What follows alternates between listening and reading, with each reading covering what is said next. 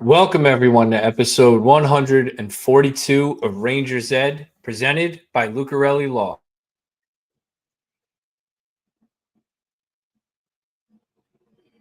Oh boy. Losing Kai's off to a hot start. If you're in Florida, any Presented by lawyer, call Lucarelli Law.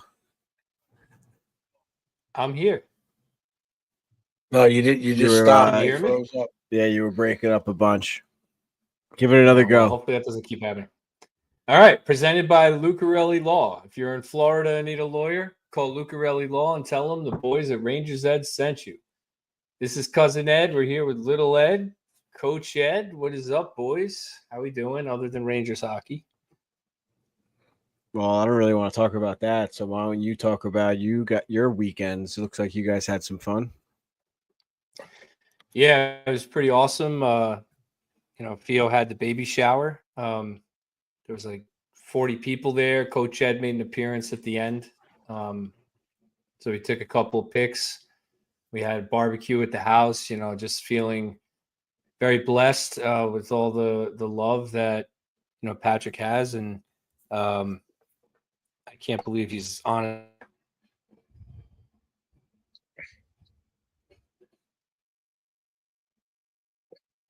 You might have to log out and log back in. his way. And yeah, it's just yeah, let's do that. Because you keep freezing up. Yeah, well, cousin logs out and logs back in. Coach, what do you? How was your weekend? It was good. I hate to come back after having some fun. We got to visit my cousin, hang out with him for a couple of dinners, and pretty much just chilled and relaxed. Went a little top golf with Mikey. Play real golf? No, we didn't have time. It wasn't going to work out logistically. He had to cover a couple of jobs Friday, and No videos of you guys playing top golf? I didn't take any. Carlo might have taken something. I'd have to check. I put up a Shalaki. You back?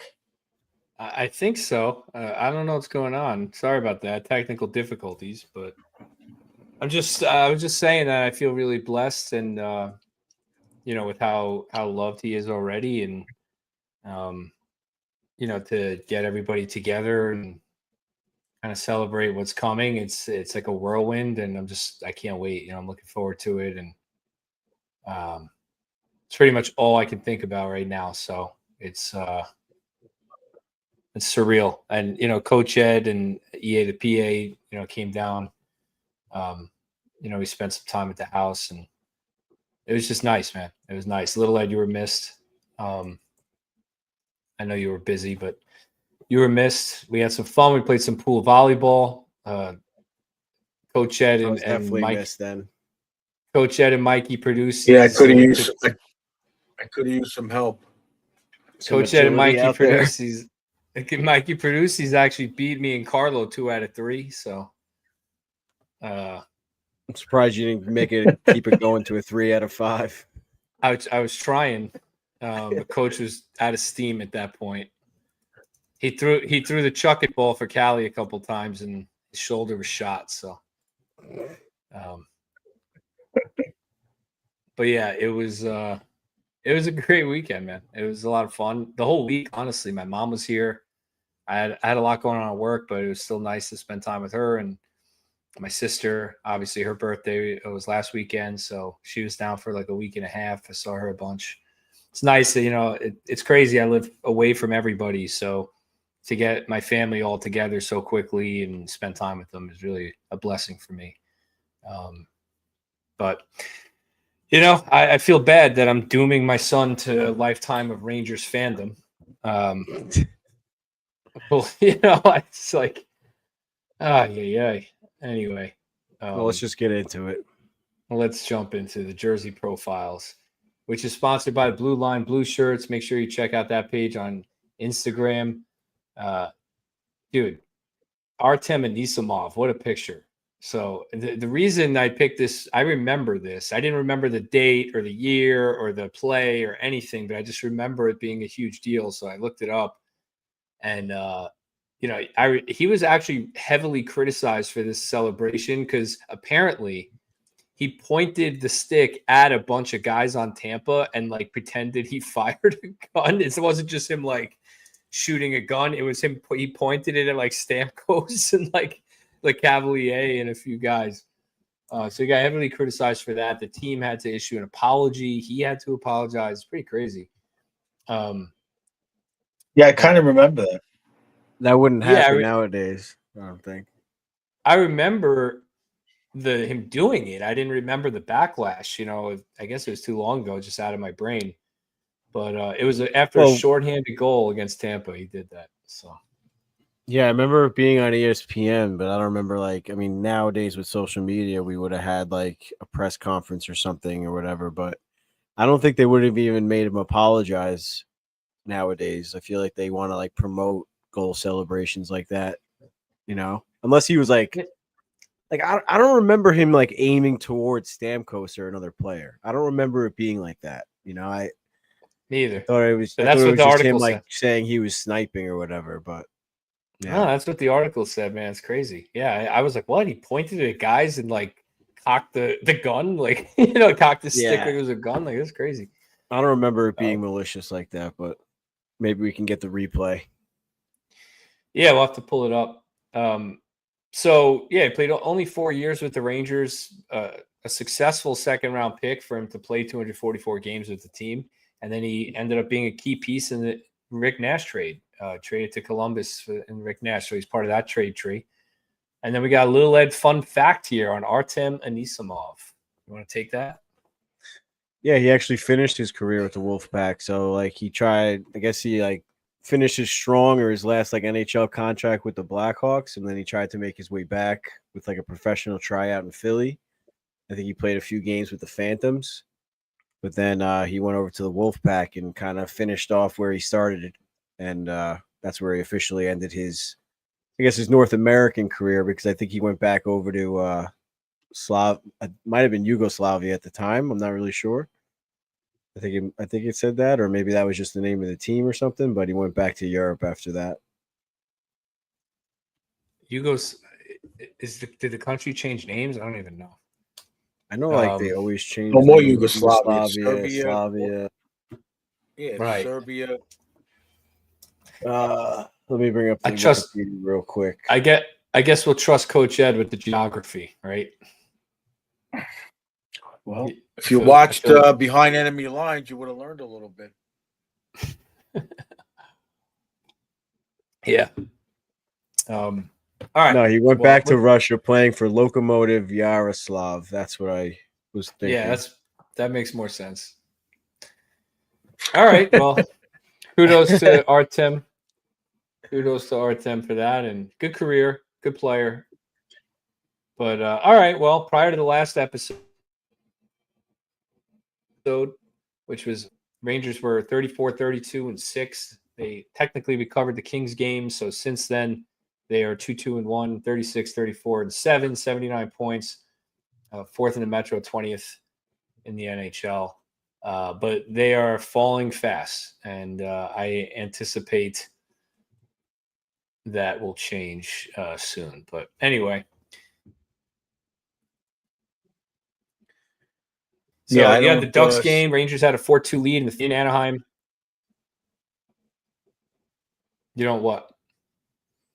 Go ahead. I thought you froze up again. I was going to just talk for a second. Oh, okay. Well, in the Ducks game in Anaheim, they had a 4-2 lead in the third period, blew that lead, lost in overtime, bounced back with Quick in net against San Jose. They won 6-1. And then the overtime win against Minnesota, shutout, lost to New Jersey, and then Tampa Bay last night. Yeah, great run, boys. Great run of games. I don't even know what to say when I watch. I don't understand. Like as you were running through that like breakdown, I was like, oh yeah, like they didn't deserve to win that one. They definitely shouldn't have won that one. If it wasn't the Sharks, they wouldn't have won that game. So it's just been a tough stretch, tough season of hockey, for sure. Very tough. It's just hard to explain. They're asking Laviolette questions. He doesn't even have how could he even give an answer? You know, it's just. I think the big How does it backbreaker go was Anaheim blowing that lead. I mean, I know they bounced back technically and beat San Jose after that, but I mean, I think that was a huge backbreaker, especially like playing against Trouba and stuff. And I mean, even Minnesota, like I think I was texting you guys that game, and I was like, I can't believe like they won that. Like, I'd be shocked if they win this in overtime or something like that, or there's a 0% chance they score a goal in overtime. So like they definitely didn't deserve to win that game either. So Well, I still got to Nah. give my play. Got to give my play of the week to Schneider on that little move in the backhand top shelf.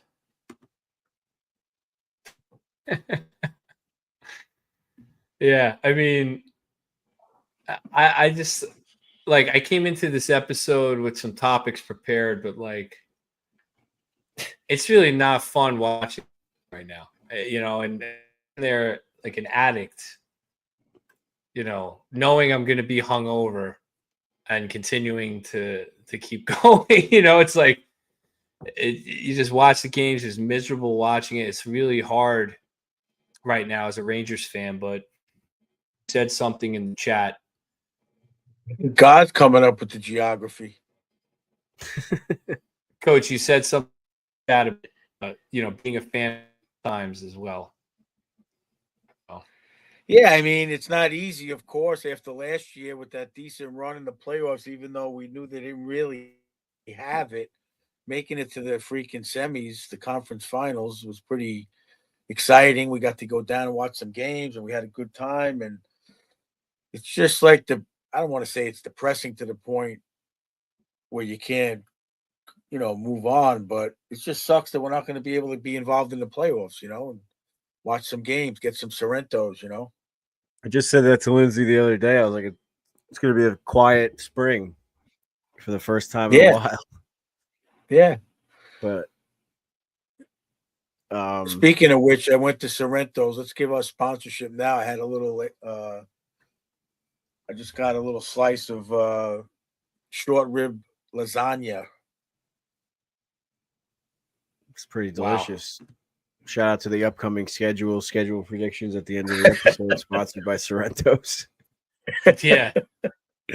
Yeah. Look Well, forward my to that. Anyway, it's very Yeah. difficult, and I just feel so horrible because they're calling for Laviolette's head. I'm sure it's all over the internet, and I just find it hard to believe that they're not playing with a 4-2 lead, and the coaches are telling them to do certain things, and they're just not doing it. So I guess it is the coach. They're not responding to the coach. I mean, there's no other answer. I don't know what the answer is. I'm like the last one to say it too, where it's like, I mean, as coaches, it's hard to feel like the players are, especially as NHLers, they're just ignoring the coach. But like you saw it last night in the Tampa game where Tampa came out flat and Cooper sent the message on the bench, and then all of a sudden they scored 3 goals and went up 3-0. So they respond to their coach pretty well, So, He's been there over 10 years, right. So his message, he's the best coach in the league in my opinion. He should win the Jack Adams, I think, every single season. Like what he did with even Team Canada, the way he's able to manage the egos and the personalities, the way he's able to handle Kucherov. That guy's a lunatic, and he's able to even like kind of harness him in a way. They always go back and forth. He benches him all the time, like it's hard to compare because, like I said, he's the best. But like I saw it last night, I was like, well, there goes our opinion on like it's hard to blame the coach because they responded immediately to Coop because they trust him. They trust the message he's sending. They buy into the program. It's a completely different story. It's hard to say too. I mean, I know I'm going on a little bit of a rant, but like, what program did they buy into last year with Laviolette that they had so much success? It wasn't much of a program. It wasn't much of like a culture thing or anything with Laviolette. Like it's not even like comparable. You know what I'm trying to say? That coach. I think I personally think, and we said it way back in the beginning of the year, the whole thing, the way they handled the Truba Goodrow thing was not right, and it broke up the locker room camaraderie. Obviously, Kreider has some issues, so Yeah. I mean, it's coach, tough. Very did, tough. did you see Laviolette's did you see live press conference? Yes, I did. You saw he said he doesn't go in the locker room after the game. Well, did he do it last year? If that's his thing for the last 20 years, then that's his thing. I like to let I mean, I never did it on that level, of course, but we always talk about let the kids stew a little bit. I don't have to go in there. Even if we win, I don't want to stay in there. I want them to have fun, whatever we could do. So, that if After that's his after a method, I really don't know. God, sorry. I don't know if that's his method over his career or he's just had it. I don't know what that meant 100%. Yeah, that definitely could have been taken out of context. I wouldn't be surprised if it wasn't though, because honestly, like if I was him right now, because Coach, you and I have done that, and Coach Mike, Yeah. where after a really tough game, we didn't even go in there. At some point, you got to leave it up to the captains and the leadership. Which Right. honestly, I mean, this is a completely different subject. I think that's the true issue with this team is the leadership and the Yeah. leadership group and whatever the culture. We could go in deeper into that, but the culture starts with the leadership group. It doesn't start with a coach. I mean, I was saying bring back Torts. I think that maybe for like a year that would definitely turn things around, bringing in a coach like that. But to me, it starts with the leadership group. You look around the league, sure, you have coaches like Cooper and things like that, but you have Victor Hedman as the captain. You have Kucherov as an assistant. He's crazy. So if players aren't playing up to his caliber, he'll definitely get in your face, I'm sure. You look around the league at these other captains and the other assistant captains, and you can't even compare it to the Rangers. Like No. Artemi Panarin, he's not assistant captain worthy. He's one of the best players in the league, but some players just aren't meant to be captains, just aren't meant to be leaders. Yeah. I mean, you look at Tampa. They lost Stamkos, and everybody was like, "Oh, that's going to hurt them. Where are they going to get the gold from?" They're fighting for first place. They're going to win the cup this year, I have a feeling. I mean, I think that pointing the finger at the lack of leadership is fine, but I think this is a bigger problem, Ed. I think it's more of like they need to clean house. Like they need to get rid of Drury, they need to get rid of Laviolette, they need to get rid of Zibanejad, they need to get rid of Kreider. If that includes Panarin, then get rid of Panarin.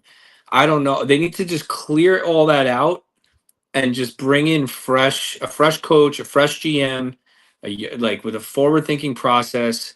Even though I defend Drury and some of his decisions because I think he gets unfair hate, I think that he has to shoulder a lot of the blame for this. Like Coach said, like a lot of his decisions on how to handle players backfired tremendously.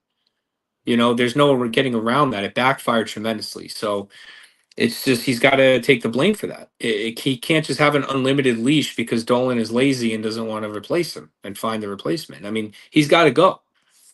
He's got to go, and so does Laviolette, man. I'm sorry, but he's got to go. There's 5 games left in the season, and I haven't felt once the entire year, Coach, that Laviolette has been motivating these guys. And you and Little Ed, and to an extent, even me, have said, well, they're NHL players. Like, how much motivating is he doing? They worked last year. I don't care what caused the players to play with such little effort. And that's what it is, frankly. I mean, Valaket tweeted out the Braden Point goal yesterday. He tweeted out an image of it. You had Shesterkin's pad, Trocheck's stick, and somebody else's stick. I forgot who it was, defender. Schneider. And Point, behind all of that, was able to push the puck into the net. No one knocked him down. Behind all of that, he outmuscled 2 sticks of the Rangers and the goalie pad. It's unacceptable. That's an effort issue. It's just an effort issue. That's all it is. Without a doubt. Without a doubt. It's a mindset. So that's what it's just goes on the coach to me. It's got to. It has to be on the coach because they're just tuning him out. I just can't believe, like last year, I was raving about the coaching staff. I can't believe it went south with the staff that bad. So I have to go with the combination of last year they had a strong core of leadership, like Eddie said. The summer came, the Truber shit. You know damn well there's half the guys in the locker room that are agreeing and half aren't. So it just becomes a whole mental thing. It becomes a bad atmosphere all around.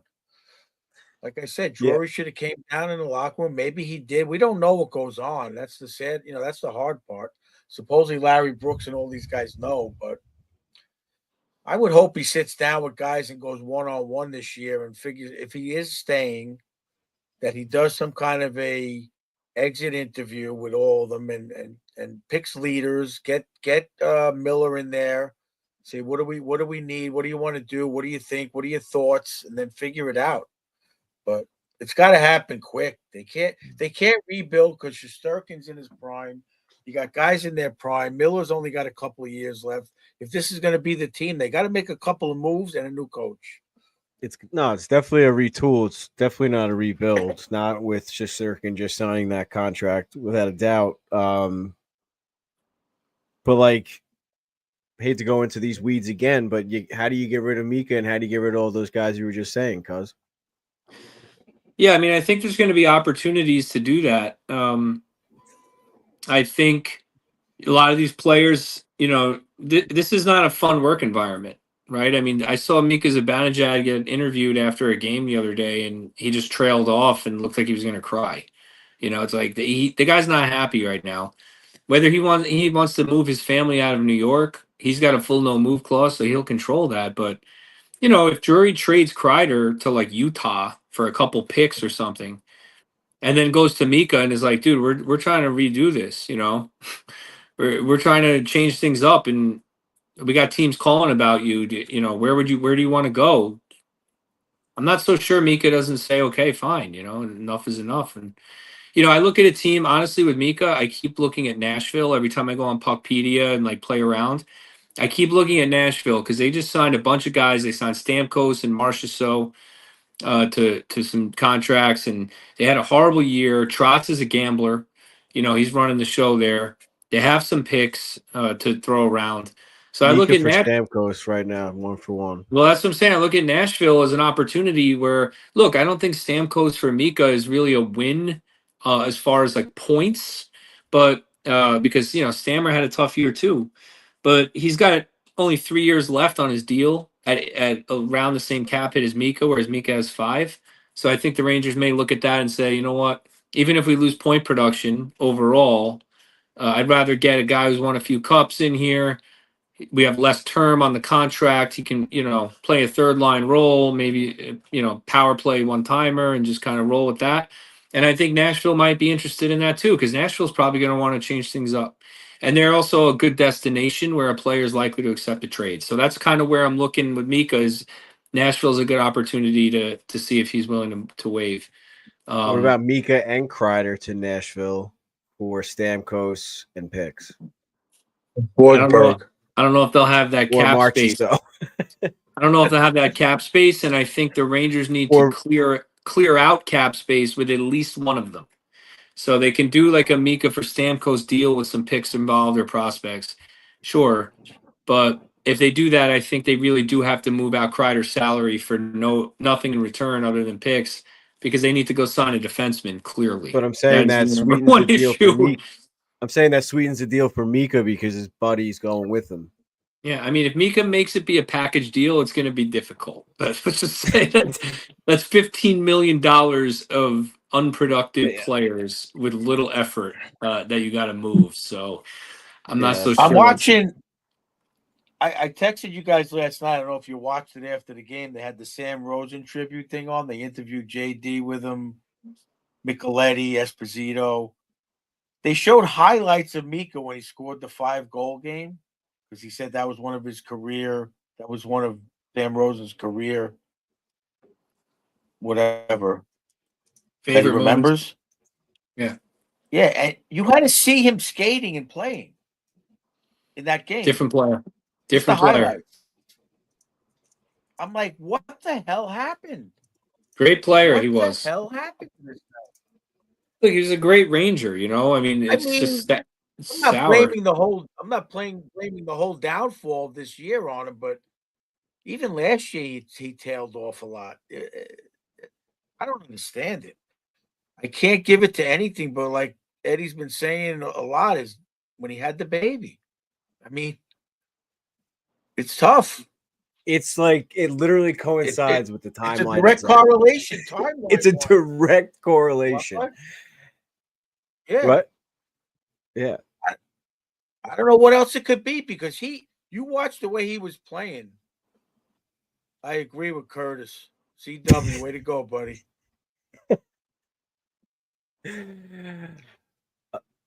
I don't know. And Maybe. boxing fan, to address you, yes, the Rangers do need to get a bit younger, but they also need to address the leadership. And if they brought Well- in Stamkos, that would fix a big problem, I think. What do you mean a bit younger? They got Othman, Perot. It's not that- yeah. Coach. How many young guys? Take a breath, Coach. Schneider, Miller. How many young guys do you You want? can't win the cup with all young guys. It's never going to So happen. the Rangers need to get younger. I don't disagree with that generally, but I think what you do is you move Kreider for picks, right? Then that opens a spot for Othman or Berard or whoever to fill that spot on an entry level deal and get minutes.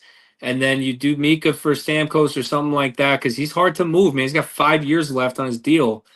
And Fine, but you can't move both of them for younger guys and expect to win. Well, you can move both of them Stamkos is to clear 35. salary. Yeah, you can move both of them to clear salary and then bring in veterans. Like you don't have to trade him for a veteran. You can trade him for whatever. But I just think Stamkos has been a favorite of Dolan for years. And I think Nashville kind of regrets that signing. And to me, Trotz is a gambler. He's like a Coach Ed, his GM, you know. He's like, oh, let's change it up. I'll take Mika for you know, it's gonna be like a more of a swap. I think he'll be willing to take the gamble on Mika because there's a really good chance Nashville wins that trade like very strongly, right? If Mika bounces back for the next 3 to 5 years and is 70, 80 point Mika again with two-way defense and all that, Nashville wins that trade because Stammer's on the back nine. You know, he's on the back three. Less media attention in Nashville for Mika.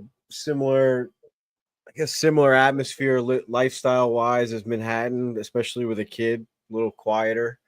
Yeah, for sure. I mean, and Nashville has a history of a lot of Scandinavian players. Yeah, so I think it's maybe there's a big Philip Forsberg is Swedish. There you go, right there. Maybe there's a big neighborhood there. The one year we went to Nashville, I think that 11 of the 18 skaters were from Scandinavia. So maybe there's a big neighborhood there or something. Yeah, and I think it's kind of sad that I think it's kind of sad that these are Chris Kreider's, you know, last games as a Ranger. Like Larry Brooks wrote the article. I know he's a quote unquote tool bag, right? Okay, but he wrote the article. It's true. Like these are probably his last games as a Ranger. The writing's on the wall that he's probably done here. And we don't even get to enjoy. I don't like that. We don't even get to enjoy it or celebrate it because of the negativity around this team and around Kreider. You know, Kreider's lack of production this year. There's rumors of, you know, his complacency and like not.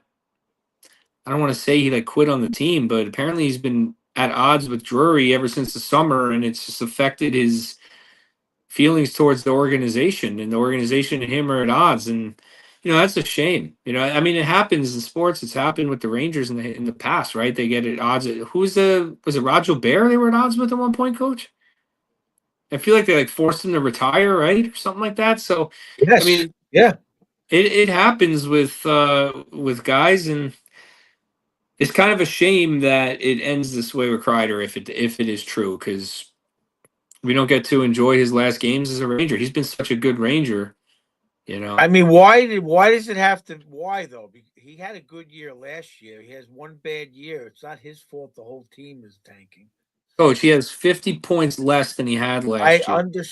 I understand. So Not only that, Can't have it. you can't deny that his effort has been pretty poor. I mean, it's pretty evident out there You don't that think it's an he's. injury? Oh, I agree. I mean, It could be. I It don't could know. be. I We want don't to see know. him be That's a the thing. career Ranger. Well, he was So, battling the back injury early on. I mean, I hate to always say that, but you gotta play devil's advocate. But what annoys us as fans is like the players, if they're really that hurt and not going to be able to put in the effort, then he shouldn't be in the lineup. But then you have the fans versus the hockey player mentality. Whereas if he's that hurt, or if he's not as hurt as like whatever, like he's not going to just sit out. Yeah. So that's why we're the fans and the hockey player mentality where we love his fans. Like, oh, Kreider's playing through the back injury through the playoffs. That's awesome. Blah, blah, blah. That's amazing. Oh, he's a hero. But now we hate it. It goes both ways. Yeah. But I Yeah, mean, it's a at lot the of- same lot of time, conundrum. last season, he supposedly wasn't hurt. I don't remember him battling any injuries, and he had a little bit of an off year, but it was less noticeable because everyone else around him was producing, which is pretty much the issue right here. I mean, we He had can't expect 75 Kreider. points last year, Ed. That's not an off year. He had a good I year think, last yeah. year. He had Well, 39 goals. I guess the bar was set high by the 50-goal season, so I guess Yeah. technically, yeah. Yeah. But that's either true. way, yeah. So if everyone else is producing and Kreider isn't getting an assist here and there, it's funny. It's not an issue.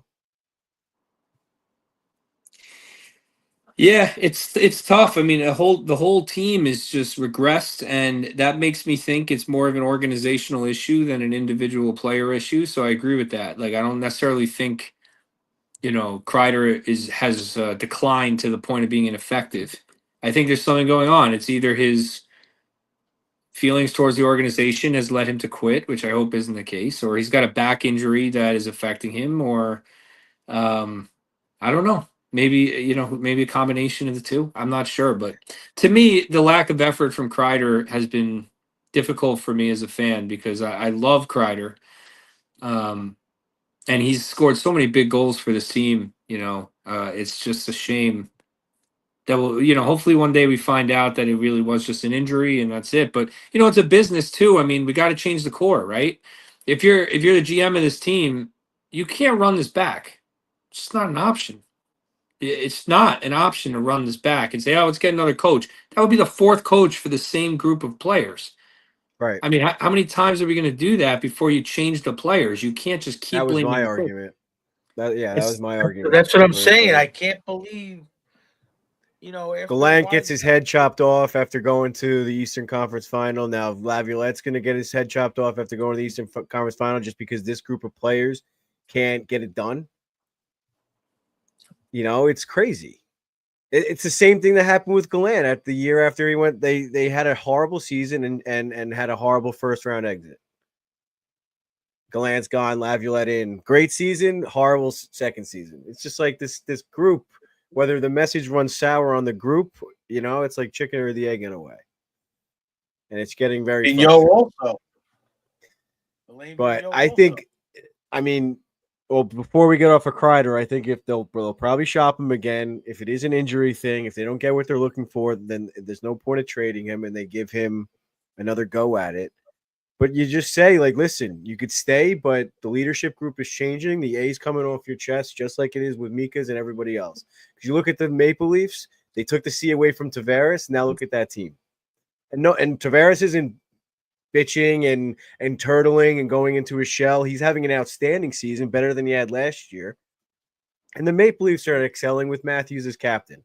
Yeah. So why can't the Rangers just do that as well? Yeah. Stuck it Well, up. I mean, look, you harp a lot on the letters on the jersey, and maybe you have a point. To me, it's more just about changing the group. Less about who's wearing the letters and I think more it's about like. I'm saying if it's impossible to change the group because of the contract situation, And yes, you you have have to do something. You have to at send a least- message another way. correct. And with that, all right. Well, I'm with you by blowing the team up. If they could trade Mika right this second, I would say 100%. you should But have if he's seen me. gonna if he's you gonna should have seen me, roadblock dude. every trade, then just yank. There's nothing in the contract that says you have to be assistant captain. You should have seen me on Puckpedia last night. I was laying in bed trying to figure out how they're going to trade Panarin and who's got cap space. I don't know. It's tough. I was looking at LA, coach. You think he would go to LA? I wish we could bring up Probably. when Coach Ed said it first when they're never going to win with Panarin. Well, like I said, it's really easy to predict a negative. You can't you can't just credit someone. It's like saying But like it's like at the beginning of the year, if you say the Rangers are not going to win the Stanley Cup this year, you have a 31 out of 32% chance of being correct. If you say they're going to win, you only have a 1 out of 32. So it's like an easy thing to be right about. I see that on Twitter all the time. People are like, That's oh, not the same. That's not the same thing that I'm saying. I said it for you're the last 3 years that they're not going to win with him there. I'm not saying they're going to win it next year if he's not you there. said with Fox too, coach. You said the same thing with Fox. Fox better step up his game. I'm sorry. I got to agree with Eddie too on that. He's got to start. Every great player that you read about always figures a way out to get another edge. He's got to get stronger. He's got to do something. The cerebral part's only going to go so far. The skating isn't there. You look at a guy like Quinn Hughes, who I'm not a great fan of, watch his highlights. The kid can skate and he's got the IQ. Yep. Foxy's got to step it up. He's got to. I love him. He does they on all the do. ice. I watch phenomenal. I'm They not saying all I got want to to get step rid it of up him. now. Him as a person, he can't just say, I'm here, that's it. I can do this, do this. He's got to just step up each little thing. I don't know. He's got to figure it out a little bit better of an edge. I'm not Yeah, talking he's about got physical beating guys. He's got to work at something, get stronger. You look at him in interviews, he's like skinny. You know, coach. he gets hit, he hits the guy in the corner or defends himself. His body goes up like this. He's got no leverage. He's still actually surprised me with a couple of hits in recent Sam games. Moser also said they got robbed. He said, "What was your biggest disappointment?" He goes, "Lundqvist not winning the Stanley Cup." He goes, "We got robbed in that 6th game of that goalie interference. That series would have went different." I agree. He was so. You had to see Sam. He was so. It's pissed. true. It's totally He was goalie so interference. happy. Well, Rangers. The whole point of this But segment was 30 minutes later. Is the Rangers are falling out of the race. They're they're 6 points behind 6 points behind Montreal. The tragic number is 5 points. So any I do think combination. I do think the decor needs to be addressed, though. Maybe not this episode, but in an upcoming episode. Oh no, the decor is the main thing that Drury needs to change, and he's got to find the money to do it. That's the issue. So that's why we were kind of what we were talking about, Kreider and Mika and Panarin, and possibly moving those guys in different deals relates to how are you going to get a guy like Vladislav Gavrikov or anybody in to bolster this decor, kind of like New Jersey did last year, signing Pesci and Brendan Dillon and other things, right? So the Rangers are going to have to find their fix to the decor, and it's going to entail moving guys right now who make money. I mean, that's the thing, and that is without Keandre Miller signed, who I know you want to get out of here, but I'm just saying he's not even signed. Jones isn't signed, so we went from all this cap space to having like less than 10 mil, and we're locked into Carson Soucy, Vakanainen, Borgen. This is the decor going forward. So, I'll have my Coach Ed moment that the Rangers will never win with Fox as their number one. well, what if he's a number 2? Yes, definitely. He's, All right. he's an Number outstanding number 2. You said that last time you were on too. Yeah, I mean, look, you might be right, but like I said, silent number 2. like unless I said, unless he comes back next season healthy and a completely different player, like he's got to be on. I mean, I don't like your comparison to Quinn Hughes because he's very small too. So I don't really know. We don't watch him enough to see if he gets banged around a little bit. I'm just talking about the skating ability. Foxy. Well, yeah, if you're Okay, not going to have he the doesn't have the strength, you need the he skating. doesn't have ability. Quinn Hughes skating ability. He's never going to have that. I didn't say that, but if he gets a half a step, he gets stronger. He can get a half a step. I'm not saying he's going to skate like Quinn Hughes.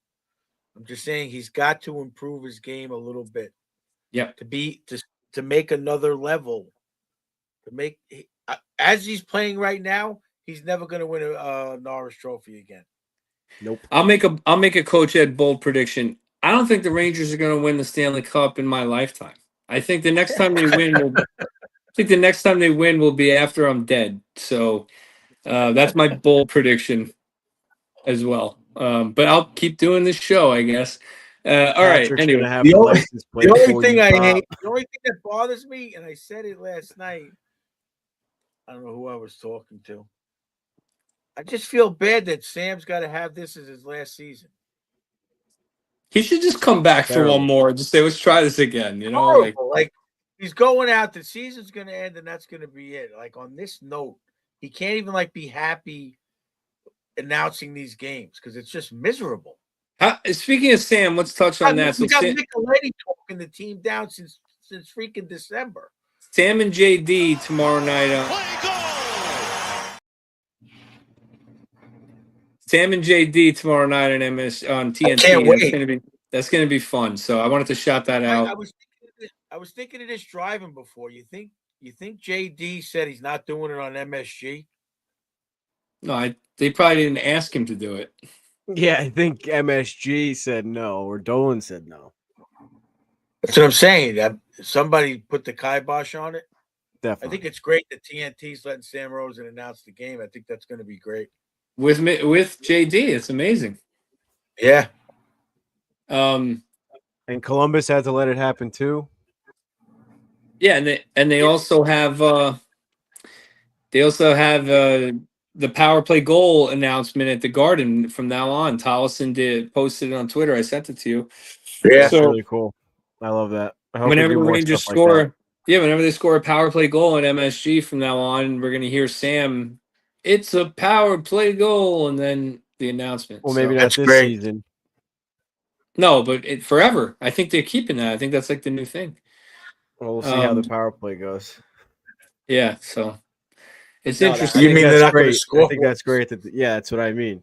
I think that's awesome. I hope they do more stuff like that. That's very cool. Yeah. All right, let's do Coach's Corner. We got a few more topics to cover, but let's move on to Coach's Corner. Coach, Hey everybody, Coach Ed here. I'm over here in the shop at Bella Italia Marble Granite and Quartz, picking up my order for a nice little bathroom I'm doing. I've been a contractor almost as long as I'm a hockey coach. So listen to me when I tell you, when you want the quality work and craftsmanship, come and see the boys over at Bella. They serve all 5 boroughs, Westchester, Long Island, all the way out to Montauk. Whether you're a Ranger fan, Islander fan, Devils fan, they're going to take care of you no matter what. Make sure you give them a call, 516-561-1018.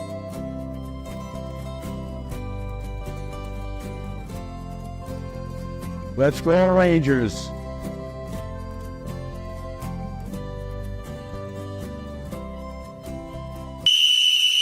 All right, boys, bring it in.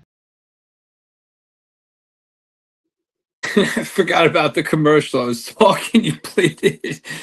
Oh man, I love the commercial. Coach, talk a little bit about the D's having outlet options coming out of the zone, right? I mean, defenseman, you have a couple options when you get the puck and you're looking to break out, whip it up the boards, find a pass, skate it yourself. What are the Rangers doing right now when it comes to the defenseman trying to break out? Again, I mean, I just can't believe that they're not getting taught this or going over films. I don't know what it is. It's just a conundrum because you're watching the games, and more often than not, the D's back here, they're going D to D, and we have 3 forwards up around here. So then you have the other team has a D here and here, a forward here.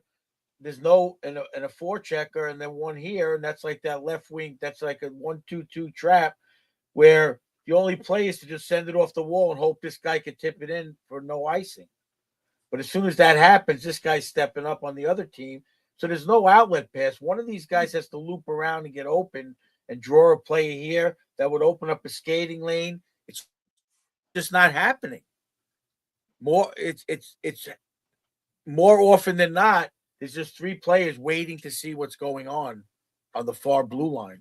Yeah, I mean, That's just not going to cut it in the NHL. as a forward coach, I mean, a lot of the game now in the NHL is about stretch passing. I mean, when I played, that was cherry picking, not really stretch passing, but that was a while ago. Now that's like an analytic thing, I guess, that it works and leads to breakaways and 2-on-1s, things like that. But I was always taught when I played forward, when I wasn't playing D, to support the puck. You know, I mean, when it's around you, like you got to support the puck, you got to create opportunities to move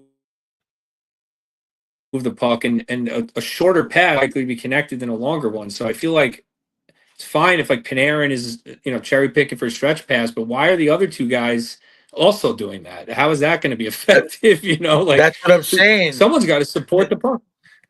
There is no way that the coaching staff is saying 3 forwards to get on the far blue line. One No should be chance. coming back this way and creating Can like you a mini imagine? cycle. Can you imagine if that's their Creating game plan? Then he should be fired. Because Yeah, if this guys, guy just hang comes back- at the blue line and wait for a bank pass. Don't worry, Fox and Keandre will hit you up there. Oh sure. my We'll skate. They'll skate it all the way. Yeah. If this guy comes back and does that, supports the puck, it creates like a mini cycle in this area where one guy goes this way, he can fake that pass. Fox could do the head fake, draw the forecheck, and then that creates the lane. Then he could go cross ice. Yeah, like you said, you could have one stretch pass, but not 3. That's a recipe for disaster. That's lazy. It's waiting for the one guy to do something, and you're just waiting there. It's not creating a hockey play. It's just standing there waiting for one guy. We don't have Cale Makar back there where he's going to stick handle through 3 guys or Brian Leach. So it has to create space. When they say time and space in the corner of the rink, also, it's got to be everywhere. They got to create that space. You got to create lanes. You got to make the other team move. The way they're doing it now, the other team stands still. They don't have to do anything. They're making defense easy. Yeah, Right. For the other team. yeah. I think a good segment that we can do before maybe we'll do this when the season inevitably ends. But I think it would be interesting to see what Coach Ed has to say about like off-season training, right? You're having a meeting player by player, coach. You're the head coach. This is for a future episode preview. You got to tell this player, this is what I want you to work on this off-season, right? Like Keandre, whatever, stick handling, like, whatever. So you go down the list, like what can these players work on in the offseason? Because I feel like the Rangers haven't had a long offseason in a few years. I guess the Devil lost in the first round, but it still wasn't a full offseason. So now they got it. They're going to get some rest, and some of these guys are going to come back better next year. Hopefully they put the work in. So I don't know if this is something that you can like work on in the offseason. Like this kind of a thing. It's not like a skill. It's just awareness and teamwork. I don't know. Well, I hate to keep harping on it, but it's the effort. It's the effort, and that like when our Stony Brook team is unsuccessful, we're always going into the locker room in between periods or after the game or whatever. It's like you guys are just sitting back and waiting for something to happen. You have to create the opportunities. You have to create that time and space that Coach was just talking about. So yes, for Panarin or for whatever your most skilled player or more skilled player on the ice at the time to be able to create that stretch pass, yeah, that draws that defenseman to now cover Panarin and opens up the middle of the ice for, say, like Trocheck to be circling or Laffy. Everyone's got to be moving is the point. Yeah. If everyone is just standing still, no matter where you are on the ice, it's not going to work. Because then that's where hockey becomes a zone game or even a man-on-man in the neutral zone. And that's where Coach Ed just said is where the opposition or opposing teams are being successful, is they're very easily able to just guard the Rangers players in the neutral zone and take away every option that the defenseman has. Yeah, it's Put it this way. a less talented, more disciplined team will stop that every time. That's it. 100%. Who's got the best power plays? The guys that move around.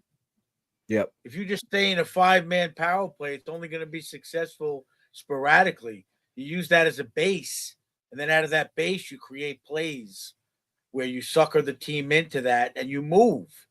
If you're just going to stand still constantly, that's a recipe for disaster again. And I mean, you got to talk. Got to Yeah. talk about. Go ahead, little Ed. No, finish this up. No, I hate to continue to harp on Fox, but that's where I feel like the game is continuing to evolve. Where early in his career, the cerebral, like his IQ really stood out. I mean, yes, the game was very fast, but even 3 years, 4 years later, the game is even faster now. Everyone who has a good power play, everyone is constantly moving at all times.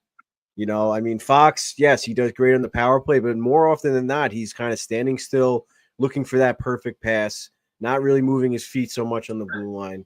And everyone else also is standing still. Panarin's standing in his spot. Zibanejad standing in his spot over there. Trocheck's in the bumper. Yes, Kreider's supposed to kind of be standing still in front of the net, but there's just no movement anywhere. And you say 5-on-4, 5-on-5, penalty kill, everything. Everyone's just standing still, and it's horrible. Yeah, I mean, I want to get on you a little bit for getting on Fox power play related, but the power play's just been so bad. They're 3 for their last 47. Oh 3 my for their God. last 47 with 2 Crazy. shorthanded goals against. But do you see? That's embarrassing. I don't even like. But do you see even like when Jones is on the ice on the power play, he's constantly moving. He's moving around a little bit more than Fox. Even if he's like in the area, he's doing small pivots, circling around, just creating a little bit.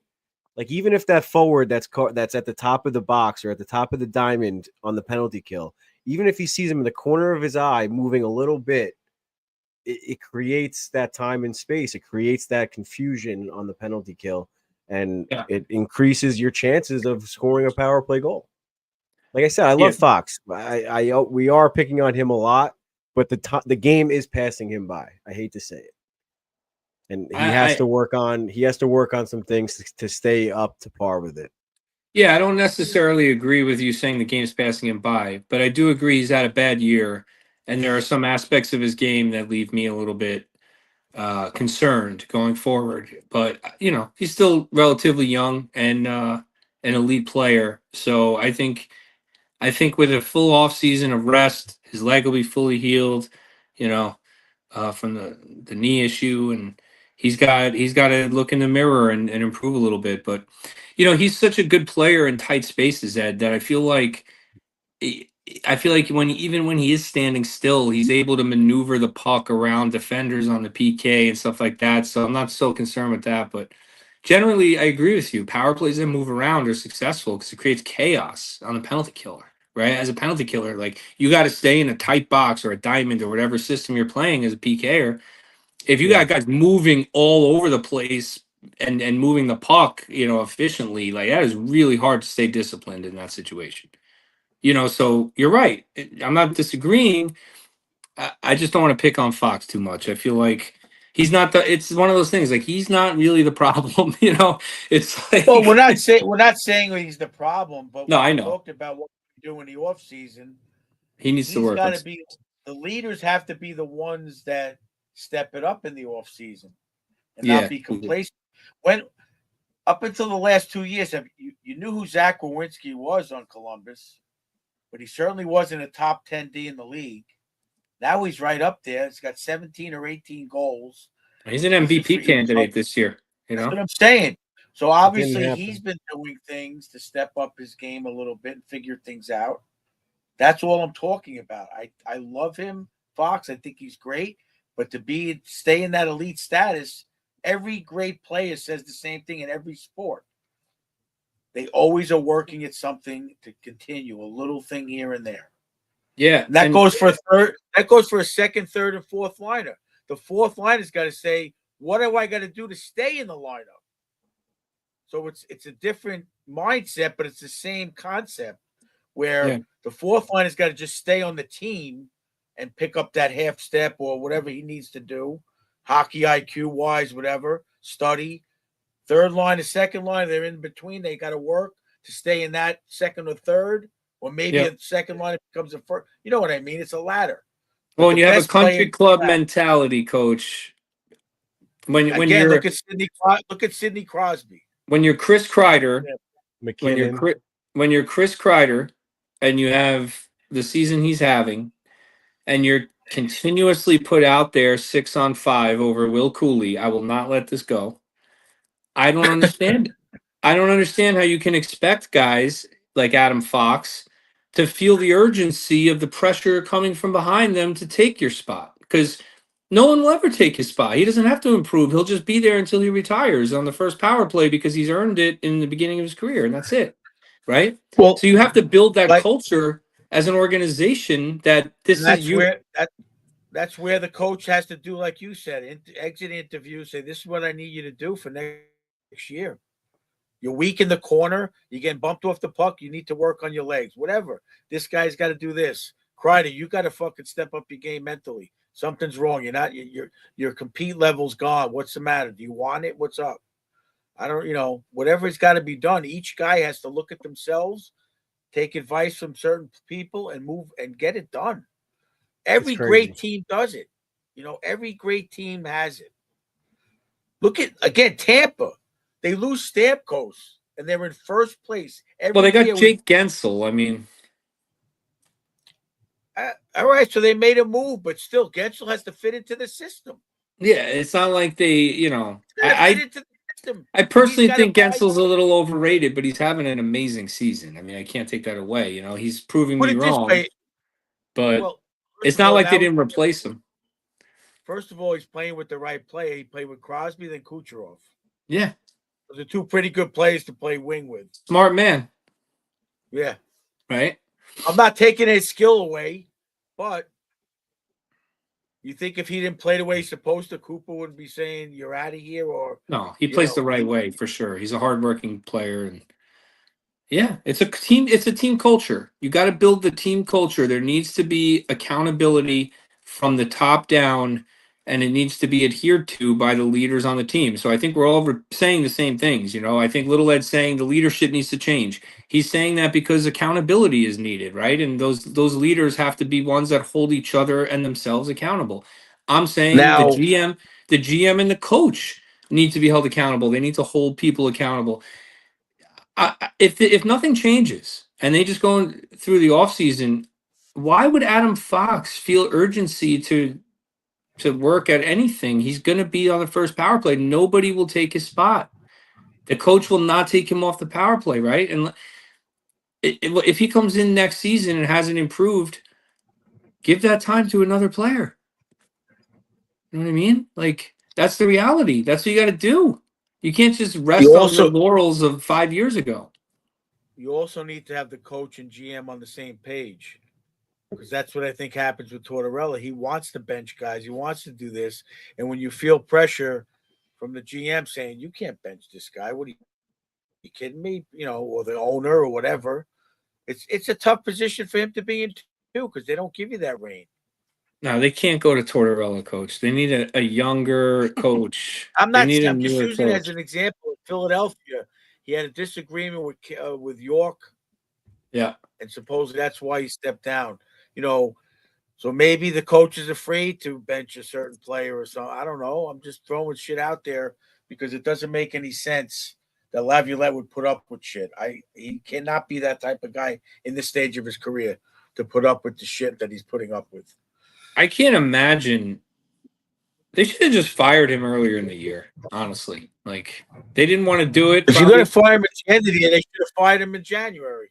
Yeah, look at St. Louis. When Jim Montgomery became available, they should have just tossed Laviolette aside and hired Laviolette and hired Montgomery. I don't know, like made a move like that or something. But let's talk something positive. Let's talk about Gabe Perreault. So we didn't really get to drop this when Perreault signed. We took the week off for other reasons. But, Gabe Perreault signs his ELC. For those that don't follow the contract stuff, he burns the first year of his entry-level contract, playing a maximum of 8 games this year. So he'll only have 2 years left at his $941K cap hit, and then he'll be a restricted free agent. He won't have arbitration rights at that point, which will benefit the Rangers and giving me a new contract. He'll hit UFA 1 year earlier. But look, this is the way I look at it, because a lot of people are like, why would they do that? They suck. Why would they You get this kid in the organization. He's a college free agent, right, coach? I mean, these guys can just walk. Look what Fox did, right? He wanted to play for the Rangers, and he held out and said, no, I'm not signing, and I'll only play for the Rangers, and they had to trade him. You get him signed. He's in the organization.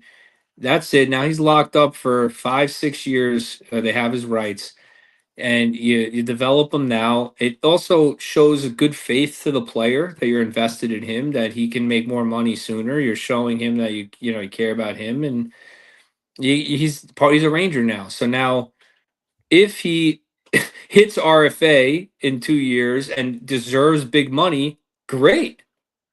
That means he killed it. Like, I don't care. I'll pay him for 8 years and lock him up, right? Like, then you do it. And if not, then he'll get bridged and all that crap. So everything will be fine. Like, fans worry about things too much when it comes to, it's not a video game, where you can just wait to sign him until the ELC won't burn. He wanted it burned, so he can get paid faster.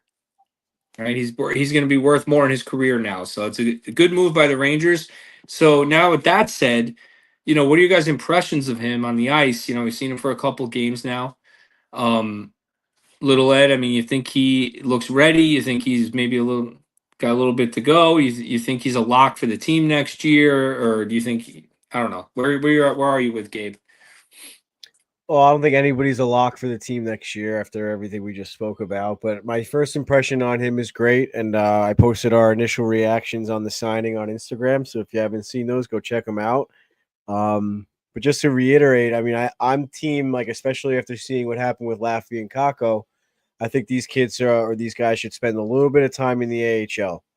Even if it's 5 games, go down there for 5 games, light it up, put 20 points on the board. I don't care. Prove to me that you deserve to be in the NHL, and you'll be called up. I mean, I'm sure a lot of people disagree with that. I think if he's ready to put him up or get him to start playing at the NHL level.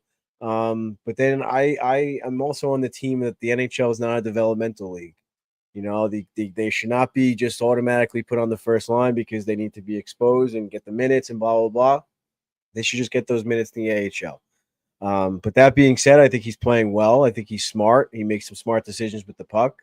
But another problem that we just spoke about is his size. If he has the skating ability, that only goes so far. We look at Jack Hughes constantly getting injured, hurting his shoulders, whatever, getting thrown around at the Four Nations. Players like that have to put on some size. So I think that's something that he really needs to focus on. Yeah, Coach, what was your impression of him in these games? What do you like? What you don't like? Kind of agree with Eddie as far as that development. I mean, he skates like Hoffman with a lot of enthusiasm. They want to be there. They want to show something. The question is, can they show that in the long term? Hopefully they can. They keep that hunger. But what would be wrong with putting him down in the minor leagues? Would that be the same entry-level contract if they sent him to Hartford instead of coming right to the Rangers? Yeah. Well, this year he's burning the first year of his entry-level deal. No, next year they should have called him up. I'm not arguing that at all. Let him play in the NHL with the Rangers this year because honestly, the season doesn't matter. But next year, maybe. Well, I kind of agree that I wouldn't mind him starting in Hartford. It would be the second year of his entry-level deal, Coach, no matter what, if he's in Hartford or in the NHL. But what I like about giving him these games is he's getting a feel for the speed of the league. He played yesterday against Tampa Bay, who's one of the best teams in the NHL. That's going to let him know what he needs to work on in the offseason to be ready, right? So that's good. And honestly, if he starts in the AHL, I don't see that as a failure. I think that's fine. I mean, look at Othman. He's finally breaking through now to get some games. How many years has it been since we've been wondering if he'll get called up and waiting for that?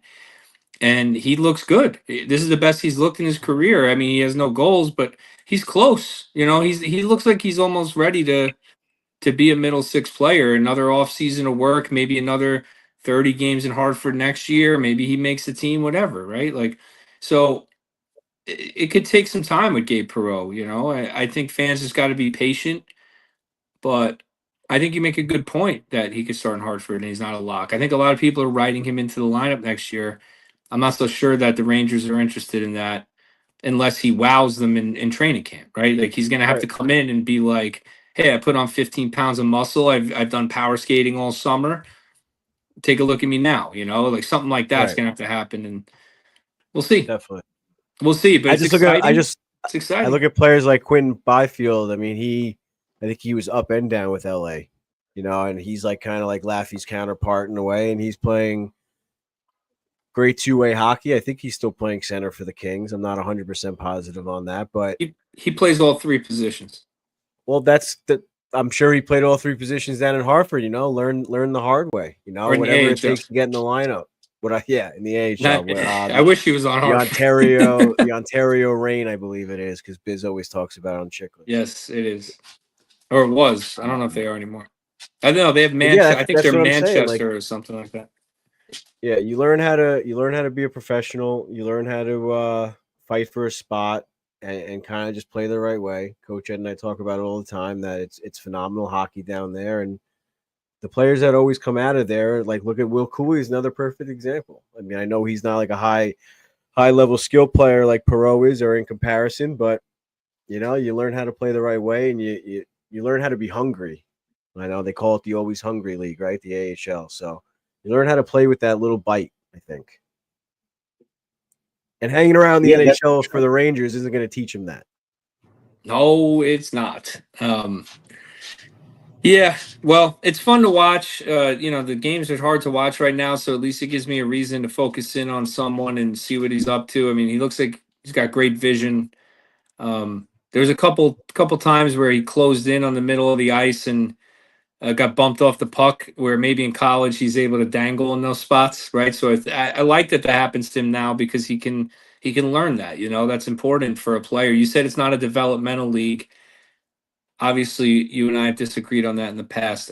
I think there's a middle ground between the two schools of thought, but I think it's important for guys to develop a little bit in the league because they have to learn what it takes. It's kind of like when we talk about the Oilers beating the Islanders. Remember, Coach, we talked about that at one point in the Stanley Cup Finals. They had to lose to the Islanders first, and sometimes you got to lose to learn how to win. It's the same concept, right? Sometimes you got to play some games in the league in a role where you're expected to score and fail to learn what you need to do to get better to actually be able to do that. So this is a perfect time to do it because the team stinks. So might as well let them learn now, right? Yeah, I mean, I don't mind it, but I'm also not opposed to letting these 19, 20-year-olds play 1 or 2 years in Hartford because you could learn the speed there. You could learn, like Eddie said, if you can excel at that level and you could have the hunger to get to the higher level, just giving it takes away from it a little bit. Yeah. I mean, it's all around the league. It's not just the Rangers. Some teams don't do that, though. It depends on the organization, right? A team like the Sharks. His line mate Lennon went right do that. to it's a different. I was just thinking the same thing where it's like it's just a different situation. It's a different, just like the Sharks. It's like a known thing, and this is a rebuild. Like just go out there, play your hardest. You're fighting for a spot. You're fighting for a contract.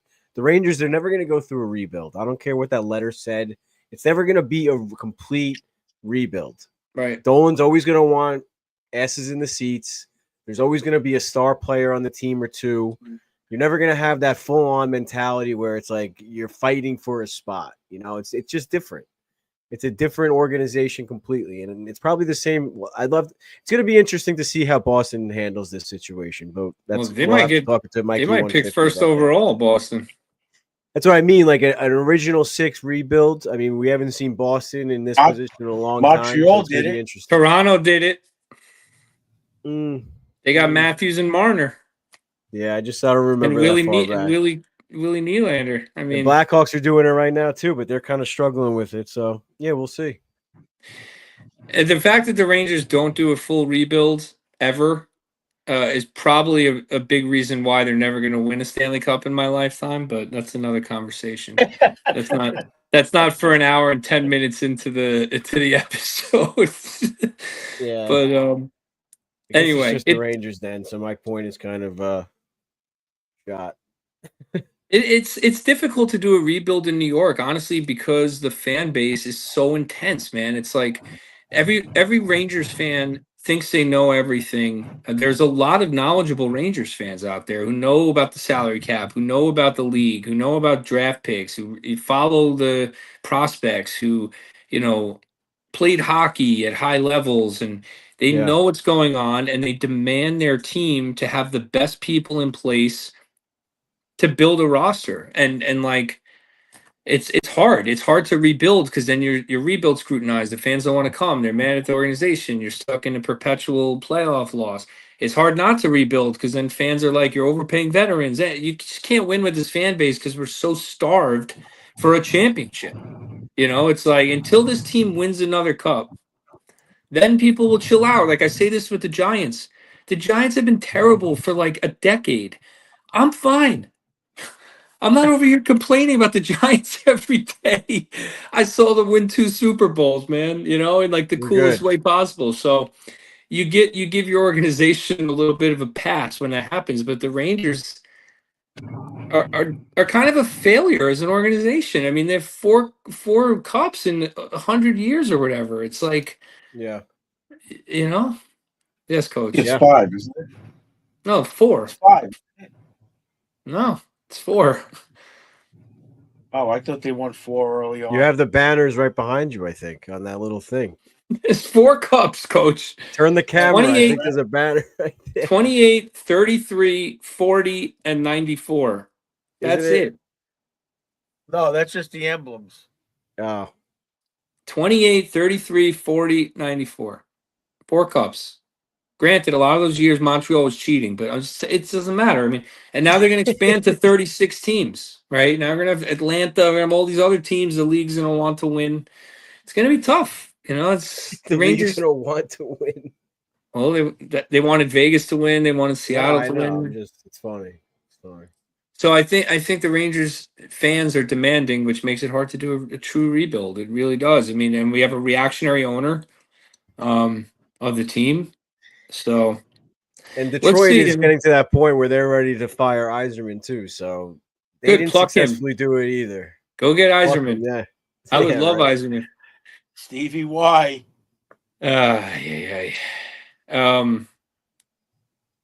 Paul's on your side, coach. He says that you're just teasing me. Anyway, No fantasy 150 tonight. Let's Mikey move- 150 is getting he's too hurt that his all of his fantasy players are out. So dude, it happened to me too, man. In one league, I was dominating the regular season. I got a bye in the first round. I'm in the semifinals. I lost Brady Kachuk, Barkov, Pietrangelo, and Protas from Washington. I had another guy day to day too. I forgot. Completely screwed, and I lost. Terrible. So I feel Wow. his pain. Yeah, it's them's the breaks. real quick before we move on, we got the milestone moment. Shout out to JT Miller for 700 career points in the NHL. Yeah. Pretty crazy. Pretty crazy to think about that, right? Already 700 points. He's only like 31, I think, 32 maybe. So he should easily reach 1,000 points. Easily. Yeah. We'll see though. Hopefully it'll be with the Rangers. Yeah, Throw the C on his chest and call it a day. I don't know. I Get would it love done. to give it to Trocheck, but he's just been so bad. It's like Jesus Christ. I We need a also healthy texted team. We need a last healthy night. team. Did you guys see that? Nikki Cass does a Cadillac commercial for like 10 minutes. You guys saw it? No, I didn't see it. They You I think texted me. you haven't seen it yet. They debuted it. I think it was around Christmas. I figured you guys would have just seen it and we just didn't I talk didn't about see it. till last night. No, I I think it didn't was see around it. Christmas, maybe after that, probably actually. He's with Trocheck in a Cadillac. He's driving Trocheck to practice. As It's the electric character. Cadillac. No, as kind of like him as himself, but He had the He's one with funny Eli as Manning. himself, I saw the one with him Yeah. with Eli Manning. That one's hilarious. And the He restaurant. talks about his Italian grandmother with Trocheck's Italian grandmother. It's hysterical. Oh, I gotta watch it. He's funny, man. He's a character. All right, let's do the schedule predictions and get out of here. All right, upcoming schedule is only 5 games left in the year. We got Wednesday, JD and Sam on TNT, Philadelphia, then the Islanders, and then Carolina. So I don't have the standings. That's PJ's been tracking it, so we'll have to update him here. He couldn't be here tonight, so I'm not sure the standings. I know I'm in last, although I did pick them to lose 3, so I probably won a couple points there. I'll go first. I'll go first. I'm going to say win, loss, loss.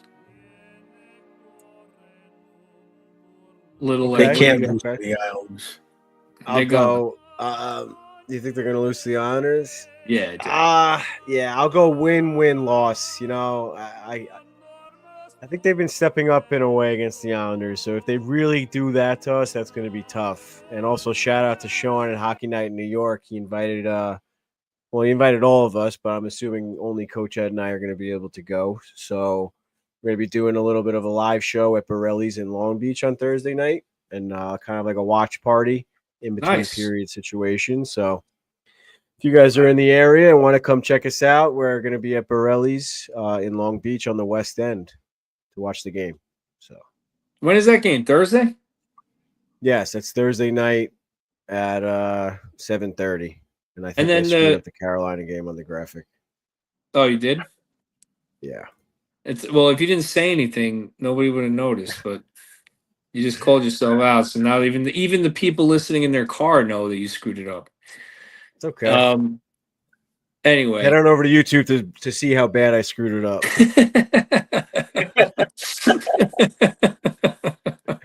Whatever gets the views. Whatever gets Exactly. the views. All right, Coach. So So what what did you say? what is the Carolina game?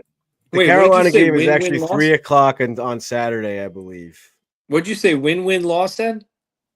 Yes, win loss for me. All I'm right. going with the same thing. So we got to make Coach go first. He's always he just rides the coattails of the person before him. That's his thing. So that's why he stays like level. No, you I know? was thinking of that. They're going to lose to Carolina. They're too strong. They can't even skate. I want to say loss. I want to say loss, but I do think they'll beat Philly with Sam and JD. I think they got to win that game. They got to. They have to. They have to. They have to. How do you not get motivated at all?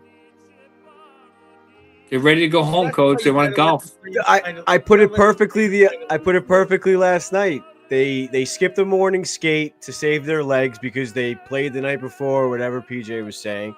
Oh, we didn't even talk about skip that. the morning skate to save their legs. They go down 3-0 in the first period after they give the Mr. Ranger award to a backup goalie. I love Insane. Quickie, but like no one else in the lineup can win the Mr. Ranger award this year, so they give it to the backup goalie. And they still don't have motivation to go out there and play hard. Wild. Crazy. It's absolutely we wild. didn't even talk about that. We didn't talk about the optional skates. Let's do it quick because that pissed me off. I know PJ kind of said it wasn't a big deal because, they always practice and then take an optional skate on game day or whatever. But no one said they had to go out and practice hard. But it's an optional skate. And you're, We're talking fighting about for your, leadership. you're fighting for your lives. You got, I'm looking at who's out there. It's Gabe Perreault. It's Cooley. It's Rempe. It's Offman. Berard, Jones, right? All the kids who want to play are out there on the optional skate. And Trocheck. Where's Panarin, Zibanejad, Kreider, Fox? Where are these guys? Why aren't they out there? Even if it's just to glide around and joke around with the kids and get a good attitude and a vibe going with the team. I don't care what you're doing out there. You Stand still on the tops of the circles like Ovechkin does and just rip one time. You don't go to the optional skate at this point in the season. Right. And set an example? Like, come on, man. I'm sorry. That pissed me off. It pissed off Eddie. I bet you Ovechkin's at those optional skates.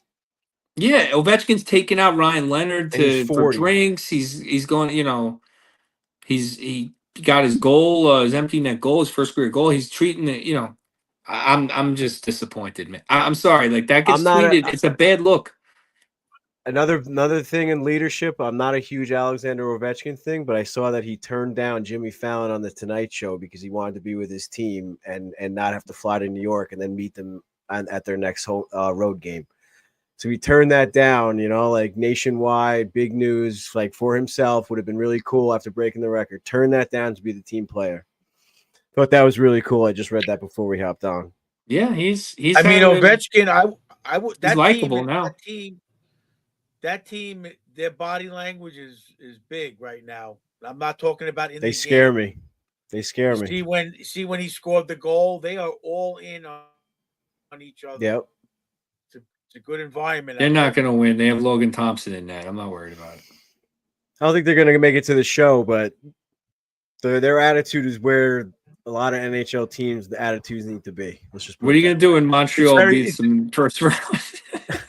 They might not make it to the show, but they'll learn what it takes to get there. Maybe next year they'll do better. That coach is a good coach. I don't know. Yeah. I don't know, Coach. We said that Vegas about the won with Rangers the Aiden last Hill. few years, right? Yeah. Said the Rangers would learn what it takes, and I guess they learned what it doesn't take. I thought So- they would, but yeah. If anything, the Rangers and the Capitals the last two seasons, the Rangers last year and Washington last year versus this year, if that's shown me anything, is that in this modern day NHL, there's ways out of it.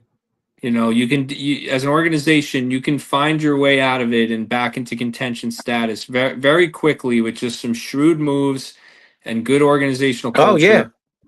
And the Rangers can do that. Next year, they could be right there again. You know, it's just got to make the right moves and change the culture. And that's what Washington did. But also, Coach, they hired a younger coach with a good attitude, with a good structure, and brought him in, and he changed the culture of the team. So hopefully they don't bring in some retread coach and they find that guy. You got to find that guy. That's turn the tide. Well, Ed, we were listening to was it Johnny Lads' podcast when they were talking about the Carberry coach in Hershey, Yep. and somebody played for him there and said you got to get this guy, or I forget what it was exactly, but he was very successful down there. So maybe that guy from Denver, the coach of Team USA Juniors. They had Knobloch in the organization ready to be hired. That's all I'm going to say. Yep. That was a mistake. On that note, Jinx. All right, fans. Fans, keep it positive, keep it solemn. We can come back from this next year. Let's work on it. Let's cheer them Don't- on for the end of the year. Root for the young guys. And don't burn your jerseys. Yeah, no more of that. Just take Shout it out easy. to Oscar's Pro Stitch. Don't burn the jerseys. Give them away if you don't want them. You can send them Yeah. to me. DM me on Instagram. I'll give you my address. Yeah, if you can want to send play me- her, if you want to play her off the team, send your jerseys to. just Cousin send your Ed. jersey to me. I'll take it. I'll take it for free, and then it'll be gone in like 6 to 8 months. Okay, so